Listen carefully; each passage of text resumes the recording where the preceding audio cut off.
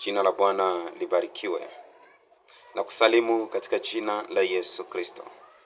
Biblia inatuambia katika kitabu cha Mathayo sura 7 na mstari wake wa 21.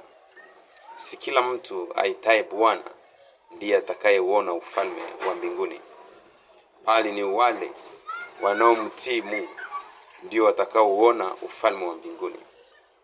Angalia namna vile unavyotembea. Je, unamtii Mungu? Sababu unapomtii Mungu, elewa ya kuwa na wewe ahadi utakuwa ndani.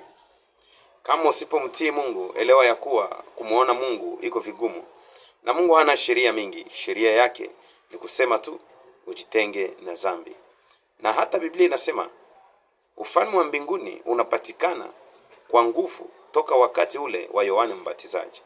Sitadiri, nguvu zako pia lazima uzitumie kwa kutafuta Mungu. Nguvu zako pia lazima uzitumie kwa kumtumikia Mungu. Mpende Mungu kwa moyo wako wote. Ondoa unafiki mbele za Mungu. Mtumikie kwa kweli na kwa haki. Na utumikishe nguvu zako. Toa mwili wako kuwa dhabihu takatifu mbele za Mungu.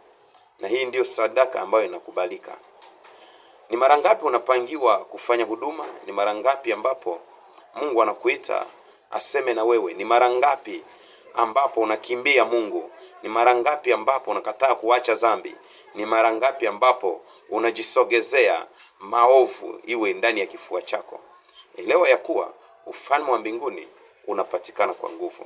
Na ukitaka kuuona ama kuingia ndani, lazima utumie nguvu ya kuacha vitu vibaya ili kwamba uambatane na Yesu Kristo. Mungu akubariki sana. Muda ni wako sasa. Wewe ndio wa kuamua kama ni Yesu ama ni dhambi. Kama ni Yesu ama dhambi zako. Mungu akubariki sana. Ninakuombea amani, ninakuombea ufungulivu, ninakuombea neema ya Mungu uwe pamoja na wewe. Ikiwa bado hujawahi kumpokea Yesu Kristo, ninakuombea neema na nguvu na haya itoke ndani yako ili kwamba umpokee Yesu Kristo awe Bwana na Mwokozi wa maisha yako.